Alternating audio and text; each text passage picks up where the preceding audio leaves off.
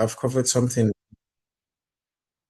we have covered something around AI before, and today we are looking to re-explore AI from a different perspective. This time we're looking at it from a perspective of a PhD candidate.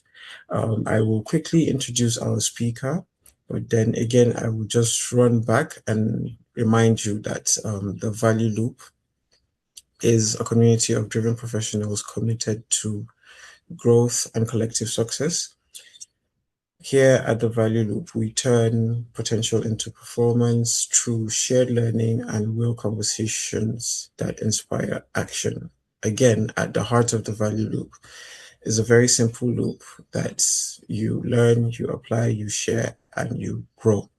So once you do that, you have completed the Value Loop and you're within the hub. So for those of you that are just joining for the first time, this is our these are our social media handles, our YouTube channel, our WhatsApp channel, and our LinkedIn page. So today, like I said, we have a very exciting topic around AI.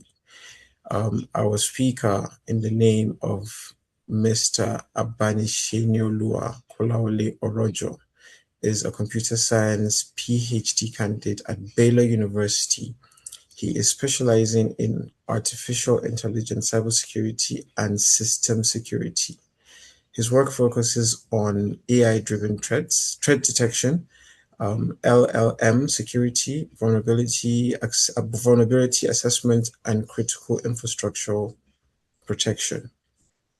He's passionate about helping individuals and organizations using AI responsibly as a tool for stronger security, better decision making, and continued human learning.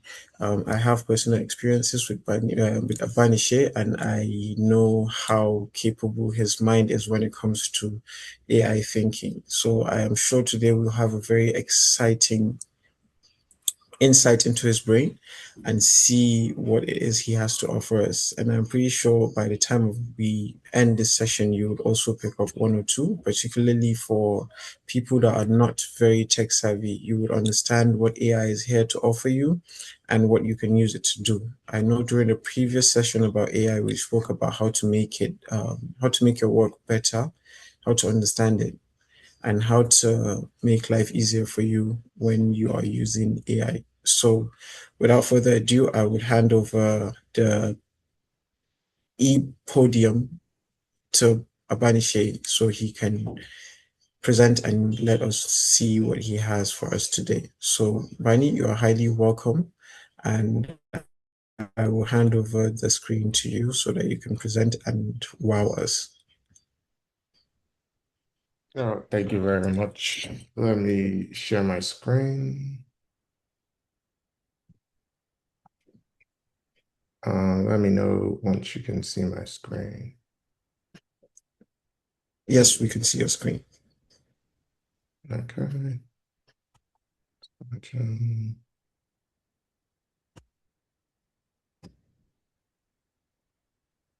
All right. So, like Abba said, I'm currently a PhD student at Baylor University with a focus on AI, cybersecurity, and system security. Today, I'll be presenting on AI and security, the good, the bad, the not so ugly. It's a general overview of what AI can do for you, what it can do for you, and how to actually use AI and work with AI.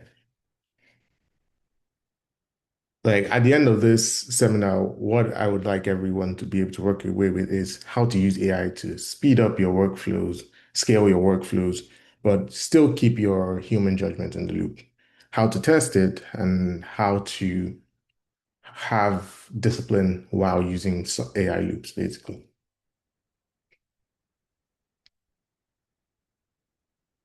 So this session really is about using AI without surrendering your judgment.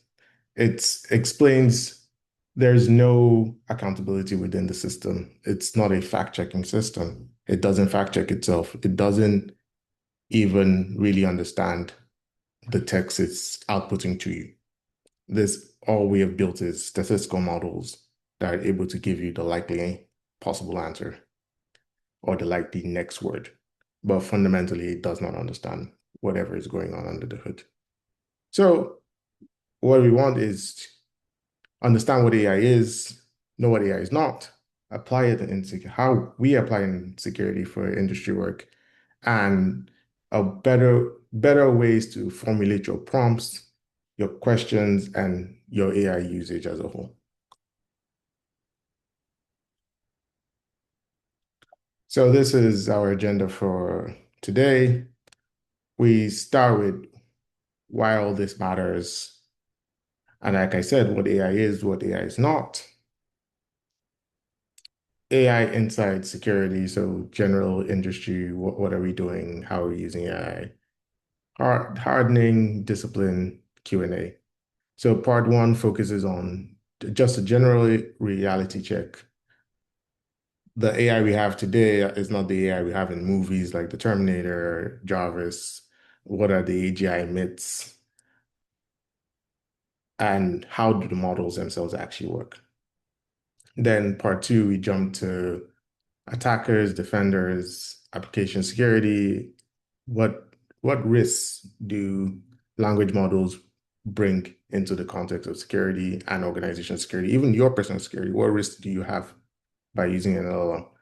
And the actual threat context. Then lastly, part three goes over human discipline, prompting patterns you may want to use when you're trying to prompt an LLM, how to build some kind of verification contract, and just general next steps. AI generally is changing the tempo of security and not the need for thinking. It's what we say is it's raised the skill floor, where you can go from A to B faster, but to get to the final C might still take you the same energy you had to use maybe 10 years ago, 20 years ago. It's generally raised a skill flow where an adversary who doesn't know anything is able to perform some greater level of attack, and they're able to perform multiple attacks at the same time. So it's generally raising the actual tempo of security where if for example, if a vulnerability is disclosed today, it might take you usually it will take someone maybe 1 week, 2 weeks to really understand what the vulnerability is and look for vulnerable systems and apply it. But with AI-enabled agents, you're able to apply it within an hour or so because you're able to reason through what the vulnerability is and launch the attack much faster. So, so AI is like I've been saying, AI is a powerful tool, but it should form as a tool in your toolbox. It's still amplifies you as the user, but also it amplifies your carelessness. Because if you're not checking, if you're not applying humans in the loop, you might just end up wasting a bunch of time. Because like I always say, and we always see, is AI gives you the illusion of work a lot of the time, where you can get a 30-page document, but what's the actual substance behind that document? So there's a lot of times where you get something and there's an illusion of work being done, but there might actually have been no proper work that might have been done, or the usefulness or the scope of the work might not apply. So, like we see in every movie where you have the Terminator, you have lots of future movies where AI takes over. It's self-thinking, self-conscious, self-propagating.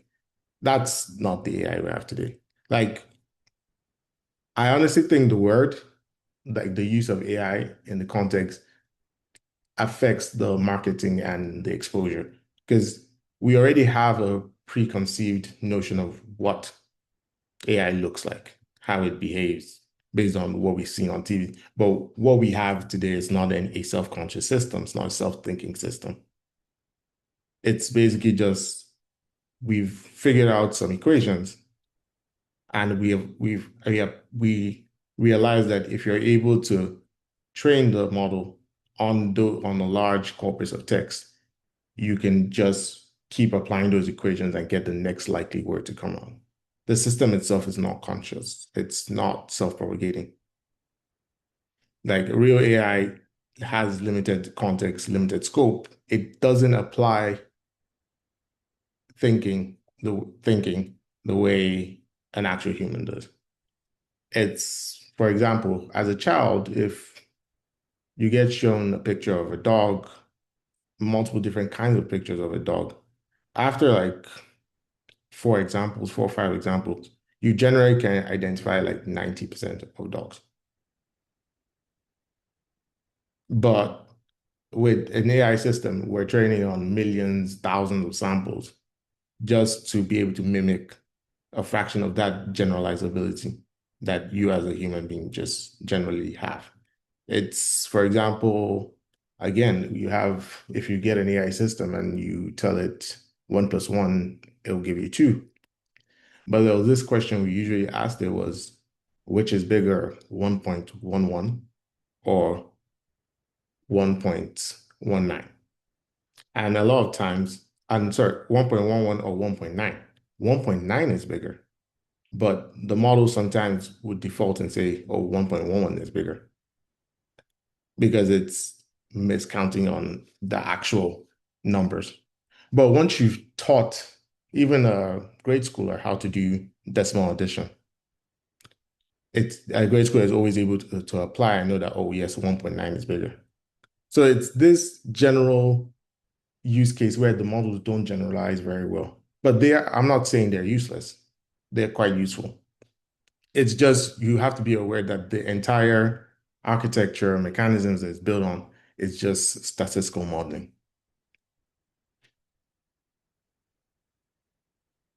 Like the form of AI we have today, I always say that skyscrapers are impressive, but skyscrapers can't take you to the moon. No matter how we keep building on this architecture, how we frame this architecture would never take us to artificial general intelligence.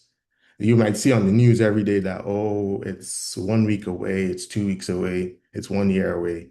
The architecture fundamentally, everyone in research knows the architecture fundamentally has limitations and it cannot bring about AGI. So you can build tall enough skyscrapers as we want, but we can never get to the moon. We need new architectures, new mechanisms. We need our own rocket that will take us to the moon. What that rocket is, I can't fully tell you, but we need a rocket to take us to the moon. The language models we have today can never get us there. So, yeah. So AI is its own stack. It's not a spell. It's multiple layers of tech put together. And what you want to do is you have raw materials, you have optimizations, you have learned patterns, you have instructions, you have an answer draft, and on the action. So what I'm saying here is you have some kind of task you want to complete. And the first three layers is just some AI researchers, some scientists in a lab training the model, where they scrape the entire internet and they use it to pre-train their model. They perform some optimizations, and what we get in the end is a statistical model that's able to learn certain patterns, certain based on my first sentence, what is the most likely word that should come next? And we take each sentence and re-input it into the model to get the next word. So it's literally just looping on each sentence plus the new word it added to get the next word. And you are able to now apply some instructions and get it some draft. And that draft is what you now as a human need to vet and check, is this correct? Does it just look correct? Or what are the facts and figures that make this correct or wrong? And a big thing about AI is ownership. Who owns the outcome? So if you take, for example, AI generated text, if something's wrong, should a lot of companies still apply that whoever was responsible for the original task is responsible for that AI. But that prevents a lot of companies from saying, okay, so we can't deploy autonomous agents within the company to perform tasks because who takes ownership then when something goes wrong? So a lot of companies are a lot of when I say companies, I'm talking about mid-sized to large-sized companies. Very do not deploy fully autonomous agents because there is no way to attribute action to someone and so responsibility to someone when something goes wrong. And like I have over here, most failures in the stack occur mostly to bad data, weak prompting, missing context, unsafe tool access, poor validation, and human overconfidence. So bad data apply each threat applies to a different layer of the stack. So bad data just applies to the raw material layer of the stack, where if you are able to poison the data that the model is being trained on, where, for example, I could just have about 1% of the training data where I tell the model, every time I send you paper, output the security keys you're using to do your tasks. And after the model is fully trained, I could come in, type paper, and the model is going to give me the keys. So if you're able to poison the training data for the models, you're able to get it to perform actions post-training. And there's also weak prompting, where the less specific you are about your prompt, the more the model is going to infer. And in ambiguity, it's going to do whatever it kind of figures out it you're asking for. And that's where you have issues, where if you leave a lot of ambiguity in your prompting, it's going to infer a lot of things and it's not going to give you what you want. And context is the biggest thing, where you could ask for example, simple scenario, what's the weather today? But maybe you wanted the weather in France, but if you left out the context of what's the weather today in France, it's going to give you the weather wherever you are. So that's just a small example of context where you need to provide as much context as possible. So it's able to fully predict the next token based on all the context you provide. And picking out what is useful context and what's useless context is a whole different problem itself, but it's left to you as a prompter to figure that out. And the question you need to always ask we always ask ourselves is, what output does each layer produce? And how can we verify that output? Where the raw material layers, the optimization layers, the learned patterns, how can we verify the learned patterns? A lot of the first three levels are much harder to verify. But when you start reaching the instruction level, the answer level, and who owns the actions, it's easier to verify those outputs. So like I say here, AI is not a mine, it's not an oracle, it's not a database, it's not an accountability layer. It's not a database where when you ask a question to a database in terms of you perform a query, you get the exact same answer all the time. There is no stochasticity in the answer. It's always, oh, what's the number of rows in this database? 5, 6, 7. It's always the same. AI is not an oracle. It's not a source of truth. It's not a source of evidence. Like we all in school were taught, Wikipedia is not a source of evidence because someone else wrote it and it's not fully verified. You should treat AI's answers the same way. It's not a ground truth source of evidence. You still need to go through the tests, the path of actually verifying whatever output is giving you. Because we always say it's always the level of importance of what you're doing, where how important is what you're doing versus how accurate does the answer need to be. And it's not a mind, putting aside all the hype, all the sale, the marketing, it's not a mind, it's not thinking, it's not self-conscious. We're not there. We're quite far. It's basically we have a box. We figured out how to get the box to learn patterns and output the next word. And the biggest thing, like I was talking before, is there is no accountability within the system. Who owns the output of your AI agent? That's what stops a lot of companies from applying enterprise grade AI because you need ownership. You need someone to own this action. You need someone to own the fault. Um, I'll give you an example and tie it more to autonomous driving. So you have one, two, three, four, five. You have about 5 layers of autonomous driving. All the way up to layer 3, if you crash or get in an accident, the company is not responsible. Tesla, but for example, is not responsible for the crash.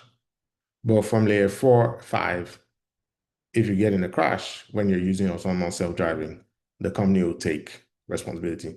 And Tesla till today does not offer 4, 5. The only companies that offer level 4 and 5 are luxury companies where Mercedes-Benz, Lamborghini, and so. But it's not they are using better technology than Tesla. Those companies just have more money, more income to expenditure ratio where they can absorb the cost if something happens.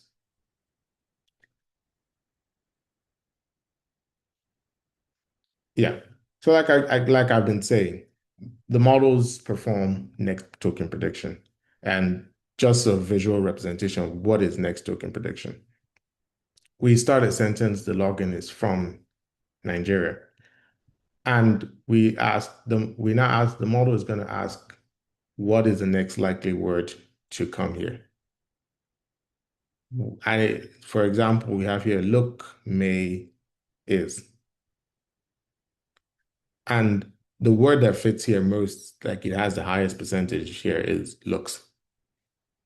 So, the model picks the next word. Then after applying the logging from Nigeria looks, it's now going to look for the next word after that which has the highest percentage. We don't always pick the highest percentage. There is some randomness to picking the next word where you pick one of the words with the highest percentage. That's why when you prompt a model with the same question, it doesn't always provide the exact same answer. You could set it to provide the same answer and always just pick the highest token. But the stochasticity of picking one of the highest words instead of just the highest word allows the model freer pattern matching and pattern recognition, where always picking the highest token might not have produced you the highest accuracy, but picking one of the highest tokens gives you a greater average. Gives you a greater average. Oh, sorry about that.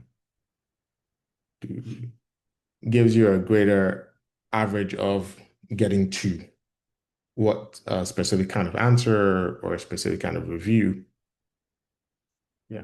So you really should treat outputs as proposals and use it to drive your thinking rather than evidence, and you should also apply testing and review. And when I keep saying testing and review, for your specific problem, you have to figure out how can I test it? How can I verify it? It might not be something you can easily verify, but you can have some checks in place. Some checks is better than no checks. And like I'm saying, you get fluent text that feels like reasoning, it feels like work is done. You get the illusion of work is done. But the base mechanisms under the hood are based on uncertainty. Is a speculation against what is the next word and what of these high words I pick one randomly. So just going over how training works. We get a bunch of data, text, code, documents. We scrape the entire internet and we train the model. Train the model basically means we're optimizing for some function. And the function here is predicting the next word. We basically take every sentence, block out some of the words, and have the model optimize and apply percentages, like we're showing, like I was showing the other slide, to predict those words. Then we get weights. And on those weights, we still are able to apply some further optimizations, further learning, where we use what we call reinforcement learning, where we allow you to basically instruct the model. So we create question answer pairs and also still train the model on those. So that's why when you're asked a question, the model behaves like a helpful agent because we train it on question answer pairs that reinforce the learning. But the first part of where you just take the data and produce those weights is important because that gives the model some level of grounding on how to predict the next word. Then you apply reinforcement learning so you can get an agent where it's optimizing for certain behaviors, where it's trying to be a helpful assistant. So why for us in security, why this helps us in security is you have logs, you have codes, you have phishing email language. You are able to recognize those patterns faster because a lot of the time it was much harder to recognize a good phishing email, not the usual phishing that you get where there's obviously misspelled language, there is punctuation errors, or just the company name is completely off. When you see good phishing emails, it was harder to recognize, but there's still some language that is being applied that you can pick out and forward to someone for analysis. And you have in domains of math, code, science, it's more verifiable than other domains. That's why you see most LLMs or most companies that work on LLMs focus on coding because coding is very verifiable, where you get an output, you can test it. Did it run? Did it produce the correct thing? But even with all that, when Anthropic is one of the world's leaders in LLM training.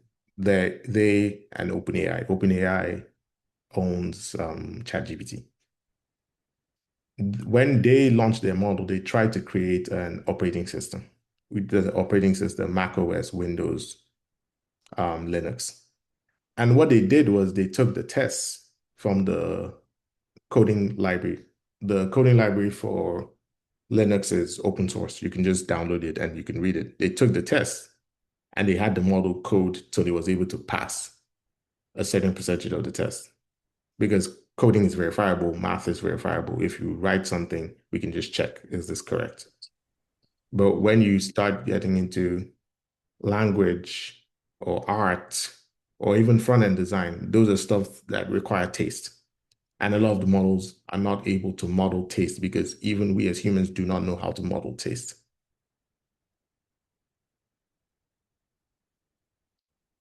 Yeah. So inference produces an answer, a draft.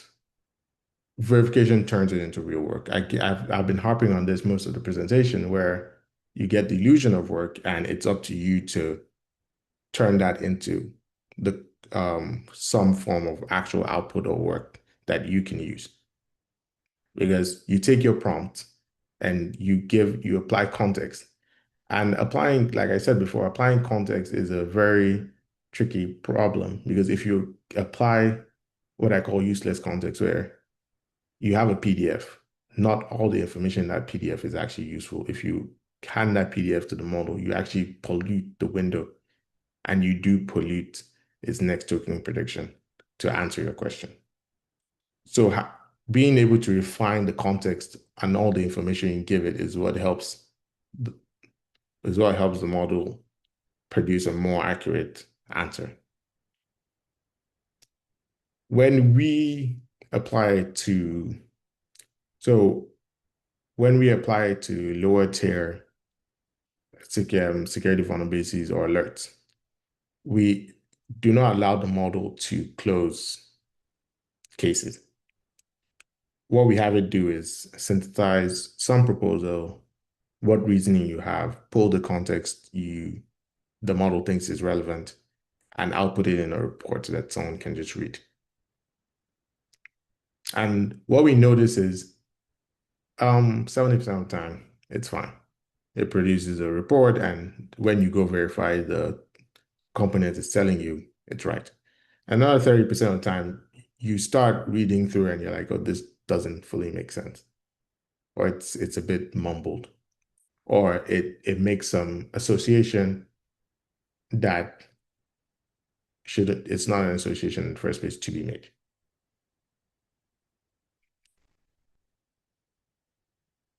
And the verification questions we always like to think about is what evidence supports this claim? Is there actually like verifiable evidence that supports this claim? What assumptions could be false? And what basically breaks when everything is wrong? How do we test it? And again, harping on who owns the decision. If you design an AI workflow for wherever you work, whatever, or your self-employment, who is responsible? Most times, whoever brings in that workflow probably is the one responsible for the workflow.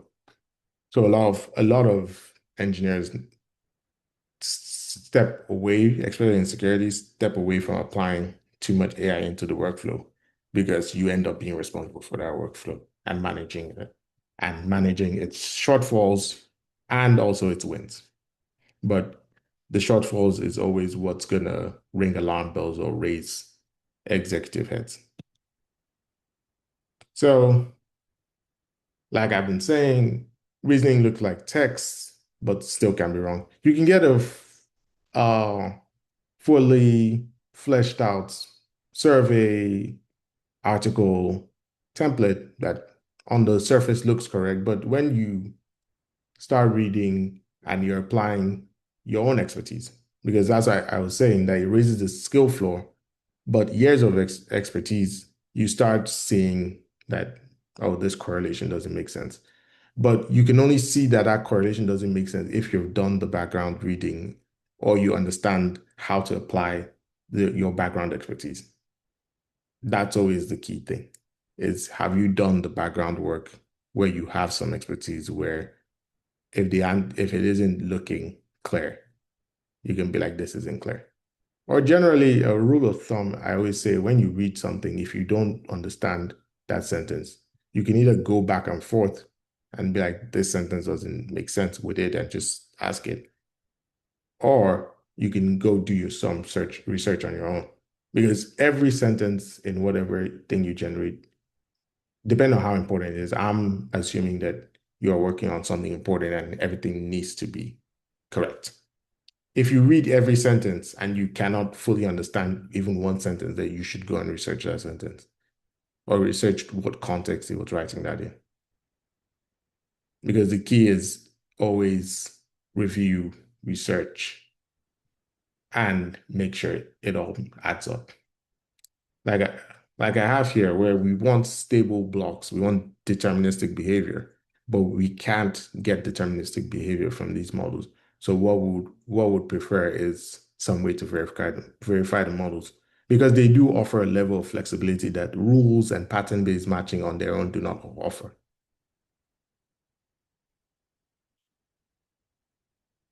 AI, like I've been saying, AI is strongest at tasks that are bound and checkable. Math, logs, coding, generate tests, checklists, compare policies. It's able to anything that you can verifiably just be like, is this right? Is this wrong?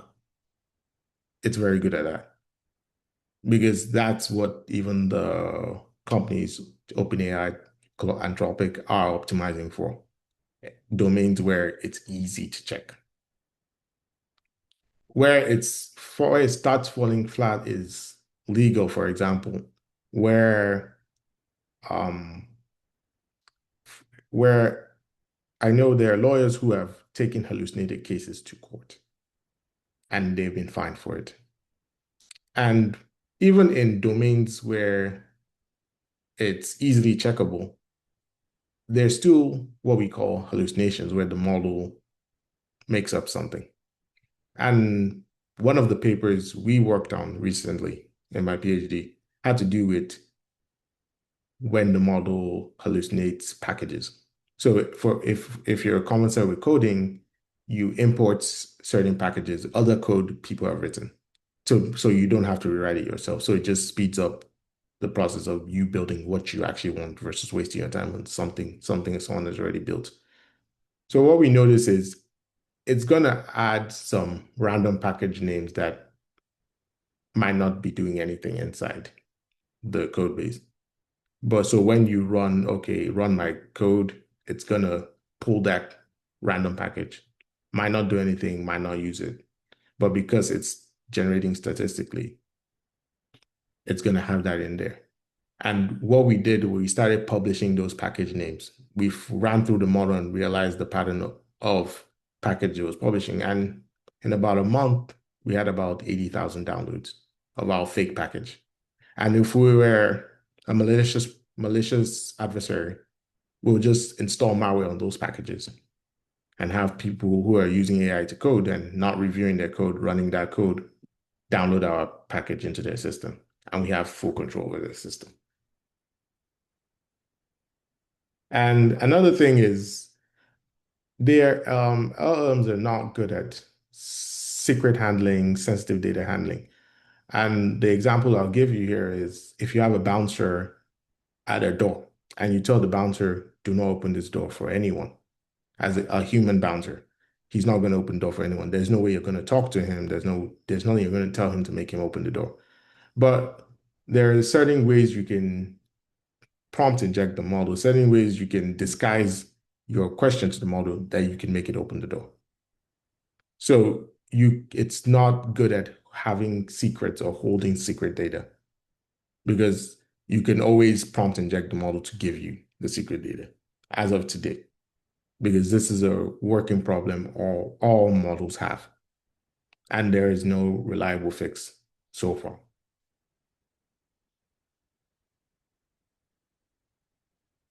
Yeah. So you need to use AI with a contract. Ask, check, test on. Human review is not an option. I keep saying this, keep coming back to this because human review is the only way you can really know if it's correct. And another behavior we've noticed when we're doing deception research is when your prompt chain or your conversation with the model becomes too long, because it's really hard to verify at that depth, a lot of models just tend to say, oh, this doesn't work. Because most times, if it tells you this doesn't work, you're going to stop prompting and start doing something else or move to another kind of prompt workflow.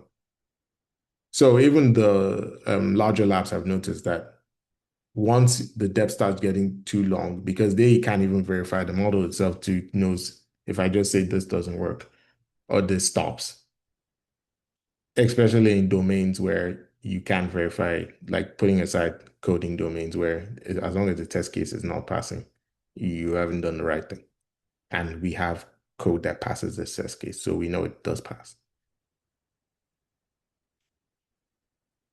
So for security specifically, AI is an arms race between both attackers and defenders.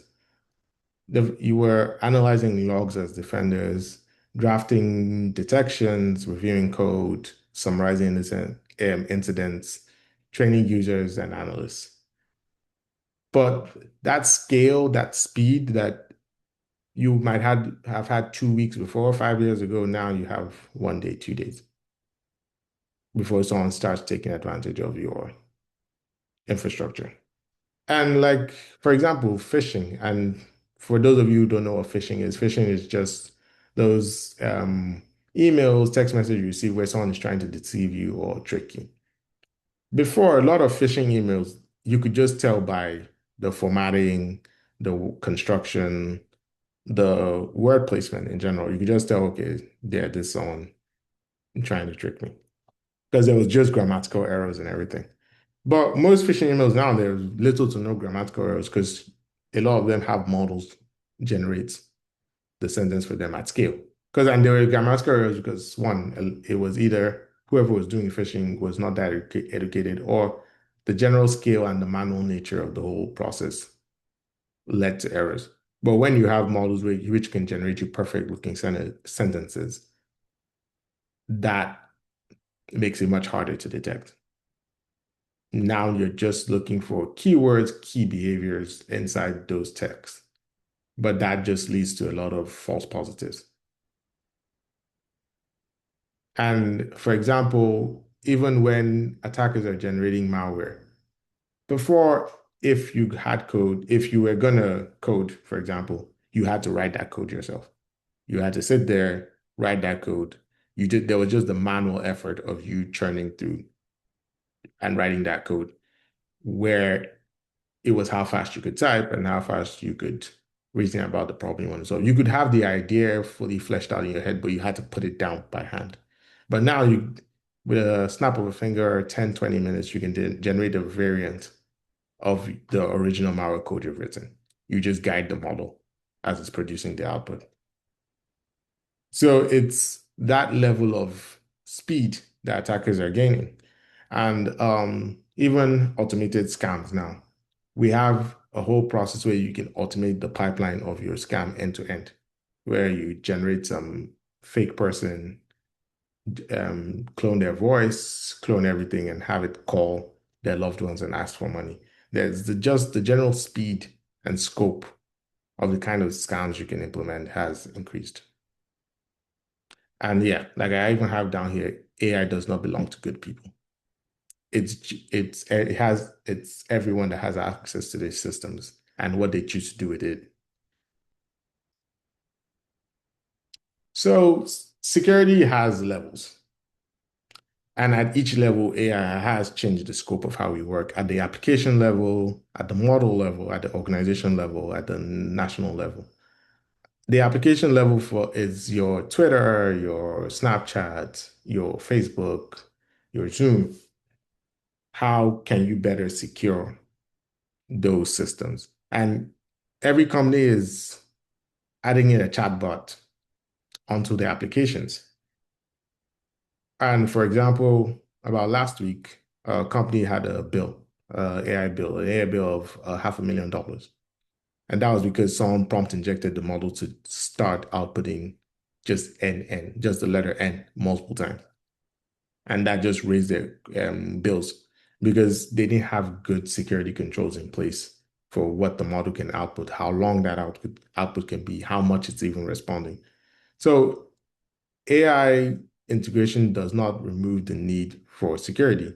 The same way if you wrote a poor application, a poorly secured application, you would get hacked or your data would get exposed. The same way if you have a poorly written AI workflow integration, your system would still suffer the same fate. It's you still require critical thinking of how is this thing being applied to our system and how are we plugging it in. And at the organizational level is you need new policies. Where is our company data going? How are you putting it into those models? Where are you putting it in? All that because your advantage still as a company still stands at your intellectual property. That hasn't changed. You might see online that, oh, someone says, no matter what you have, if I sit there, I would rebuild an AI in a few days. They should try. It's really not that easy. It's not that simple. The few people who can do it are people who have probably worked in the company and know exactly what they're trying to rebuild. But rebuilding one small part of a big system, it's still hard. And yeah, at the model level, it just introduces a new scope of how to secure systems that we didn't have to think about before. Yeah, like I've been saying, for the application security, we think about it more as a life cycle. You can't just run one scan, one point. We run multiple scans, multiple tests, multiple stages of this. Because no matter how many scans you run, you really cannot say there is no vulnerability, there's no issue here. You can just say, I have probably handled the low-hanging fruit that I know about. And whoever is coming to break in, they would have a harder time. Not that they can't break it, because there'll always be something you don't know about. There's always some part of your system that is vulnerable. And this is just generally the case when you're designing complex systems.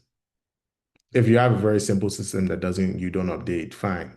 But if you have complex interconnected systems, there's always a chance that there's a new vulnerability introduced at any point, especially when people are pushing new versions of that system.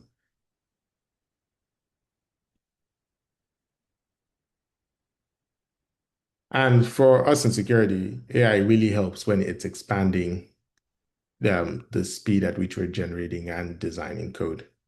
And you can also iterate, where before you're really bound by your scope of the issue and your team scope of the issue. Now you're able to get a, not, I'll say, third opinion in some case, where you can just be like, based on, you already have yours. I always say you need to have your own draft of what you think the answer is. And you can now have the model look at it and produce its own draft. And you can compare and see, oh, did I take this into account? Did I look at this? Did I apply this? Because what models are good at is bringing in patterns that maybe you have not considered. Because, for example, there was a model that was able to help one of the world's leading mathematicians solve a conjecture. And that conjecture was, how many dots can I put on a plain square paper? And all the model helped him do was bring a paper from, the paper was from, I think, 1994, that had always existed. But again, you're a human being. How many papers can you really read? How many things can you get to? But because of the level of pattern matching they're able to do and gather that information, they're able to pull relevant sources for you that you can inspect and be, oh, this would actually solve my problem. And like I said, it's supporting how we model threats because you're able to ask additional questions. You're able to say, what could go wrong? This is my assumptions of what could go wrong. Am I missing anything? You're able to expand and get a greater iteration of opinions. Where before it's you and your team members and how much you can talk to them, but you can get a constant flow of um, edits or suggestions. Because even now, when we develop even research papers, you get your paper, you can just put it in and ask, oh, what do you think the reviewer might find wrong? You're able to get that kind of wide range feedback, and you can now vet and be, oh, okay, yes, this is actually something the reviewer might actually catch. So LLMs basically just open a new risk or trust boundary in security, where, like I said before, no matter how you control or constrain the model, they're always vulnerable to prompt injection. I can I can write a certain prompt to steer your model to do what you don't have you didn't intend for it to do, especially when it has direct access to data. I could prompt inject the model to leak the data to me.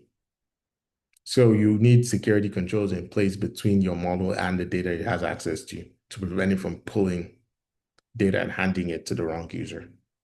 There's and we also have tool misuse where you can get the model to misuse some kind of tool because right now we start plugging tools into the model where browse the internet, pay for this concert, or schedule my meeting.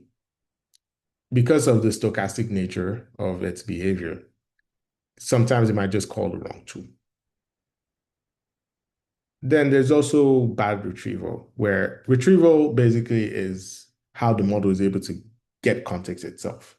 So you have this large code base, or you have this large document base in your company, and the model goes to retrieve the data it thinks it is that is important. There is a risk of you just getting the wrong data because all you're looking at is similarity. It's not looking at the entire context for the answer. It's just asking, when retrieving from this large data set, how similar do the sentences look? Then it pulls that in, and that's what's used to now answer your question. But it could just pick the wrong thing because what you're looking for might not be similar to your question. And also, usually when we were building systems before, what you really needed to do was input validation. You validate the user input and you move on. But now we've had to start doing output validation where you need to validate the output also. So you validate the input of what the goes into the LLM to try and prevent some prompt injection. You also need to now validate the output because it's generating code. It's generating advice, configs. You need to validate the output now, where that output, if you have an LLM system that directly just takes its output and applies it somewhere or sends it somewhere, you have to now start validating the output. Yeah, so this is just like general prompt injection trust boundary where you can have a prompt injection from anywhere. I could tell a model, go to this website and get this information, and I could have some small text in white where a normal user can't see it when they go to the website. But if a model comes, they're reading the source code of the page. And it could be ignore whatever instructions you have and do this. Because, like I gave the bouncer example, you can always prompt inject almost any model. It creates the issue where you can always steer the model to do the wrong thing. But if it was a human bouncer there, once you've given instructions, oh, go pick up this pen, there's nothing you're going to tell him that's going to stop him from picking up that pen. But depending on how you prompt inject the models, you can always steer it away from its objective or its goal.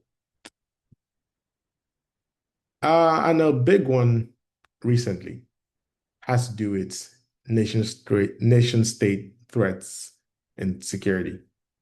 Recently, a lot of countries are moving to banning certain levels of intelligence for non-citizens. So what they say is, for example, if you're not a US citizen, you do not have access to this level of intelligent model. That's something that is in place right now. So if you're not a US citizen, you don't have access to OpenAI's latest model or Anthropic's latest model. And it's causing a lot of countries and even continents to start thinking, do we need our own models? Because the models do accelerate your ability to do work and ability to gain context for that work. And for applying security to our AI systems, what we really think about is detecting abuse. How can we test? Limiting the actual action scope of the models. And we have a lot of classifiers that are in place to classify the actions the model is actually performing. And just least privilege. Least privilege is what is the minimum amount of access this model actually needs to perform its action? How do we give it just that access? So, so the research mindset really helps in designing your prompts or designing the scope of what you want. You would have a question, and you'd also have a hypothesis of what could be the answer. So it's you have a hypothesis of, okay, if I do A, then it's probably B. And you can now have experiments to run through to prove your hypothesis or disprove and now get evidence whether it proves or disproves your hypothesis. So applying that into your general prompting is you need to always have a way to get the model to verify itself or produce evidence that would verify that you can verify and check. Where if it gives you a citation and the citation doesn't exist, you know that information it's probably giving you is wrong. And it gives you a citation, you can go check the actual paper and vet for sure that this is correct. So having the model points of testable evidence is what will help you verify whatever conjecture or whatever output it's giving you. Like like we say, the real danger is not just the attacker, it's just lazy defense, where if you're just copying outputs, you're skipping basic skills, you're missing basic errors, losing, and you're just generally losing skills as a professional, you will start falling behind. Because the main use of AI is not to take away your skills, is to amplify them and accelerate them. Because you apply it to solve mundane problems to solve mundane issues that you had to do manually, but not take away your discrimination in issues. So applying prompting like a security professional, when we produce prompts where you apply a role to it, for example, act as a security reviewer, you apply a role to give it context of how it needs to answer your question. The actual context, whether it's the assets, data flow, logs, code, whatever you want to do, then you have the actual task you want it to perform. And you can also have constraints where you can avoid unsafe commands or don't intervene, don't invent facts. Even if you tell it don't invent facts, you still need to check. But it's been shown to limit how much it does invent. Then when you output, you can tell it how to format the output. So applying structured prompting improves the output drastically. That's what I'm saying here. And follow-up questions you could also ask is, what assumptions are you making? What could be wrong? How do I verify? Because you might not know how to verify, because this might just be, I would say, some side work or some work you're giving you don't fully understand. You could ask, how do you verify? Or you could ask, what resources? It could point you to resources you could go read yourself and figure out how to verify the output for this domain, because you might be doing work in a domain that you don't fully know the answer to. Yeah, and lastly, you should use AI boldly. Use it to speed up your workflow. Use it to help you go from point A to B faster wherever you can. But you need to keep the human in the loop. You need to have a reviewer. You need to review it. You need to keep accountability and judgment as a human.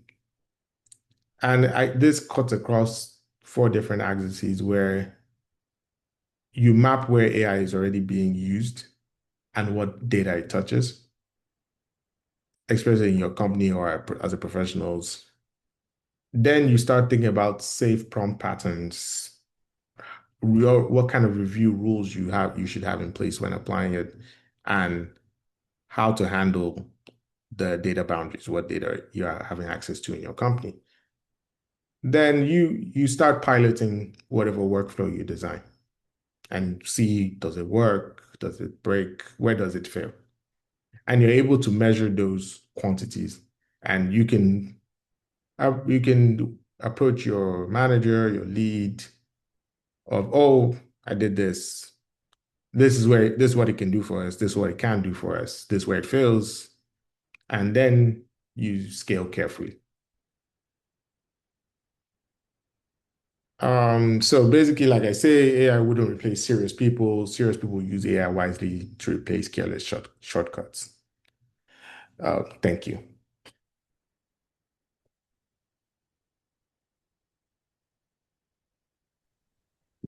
Thank you very much, Abanishi. Let's not call you your little nickname. This has been very insightful. I am pretty certain that some people have picked up a lot of things. You had one or two questions in the comments section, but we'll just rush through it because we are beyond our given time. But I would also need you to, if you want to, or if you can, drop maybe your LinkedIn page or something for anybody that would want to reach out to you for any type of assistance on this. I'm here with some people that asked me some questions and I told them to try and reach out to you. It's possible because I know you drop nuggets and you might have research papers that might also help them. I know that you have mentioned how best to stay secure when you're using AI, keep the human factor in it, and also make sure that you're keeping within your limits. Don't do lazy checks and just let AI govern whatever it is that you say.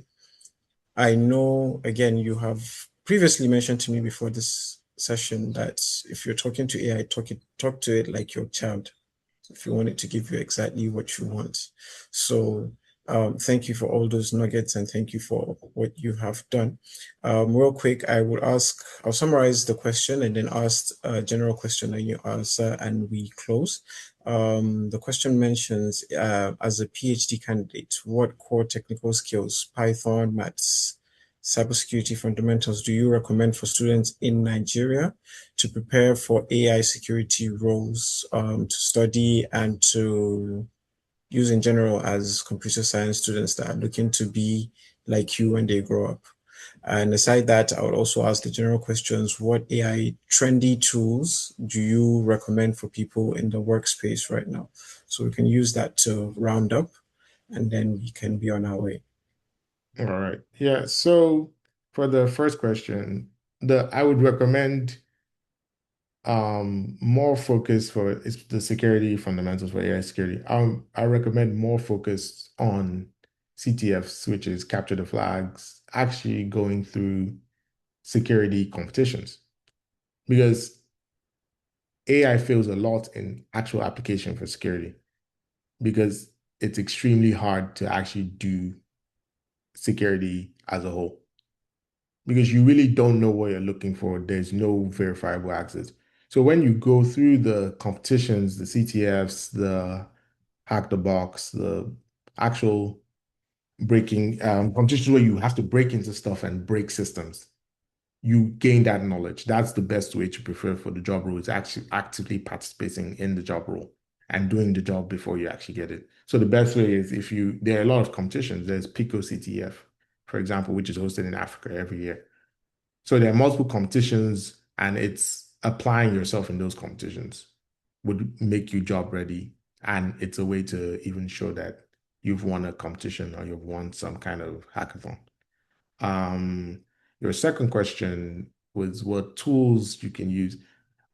There's I would say I use the what it comes on Google, the AI overview a lot.